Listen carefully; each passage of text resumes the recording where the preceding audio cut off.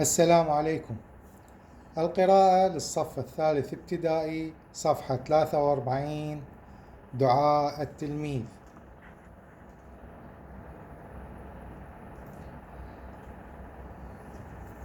يا إلهي يا إلهي يا إلهي يا إلهي يا مجيب الدعوات يا مجيب الدعوات اجعل اليوم سعيدا اجعل اليوم سعيدا وكثير البركات وكثير البركات وأعني في دروسي وأعني في دروسي وإداء الواجبات وإداء الواجبات وأنر عقلي وقلبي ونر عقلي وقلبي بالعلوم النافعات بالعلوم النافعات واحمني واحمي بلادي واحمني واحمي بلادي من شرور الحادثات من شرور الحادثات من شرور الحادثات. من شرور الحادثات. نعيدها مرة ثانية. دعاء التلميذ. دعاء التلميذ.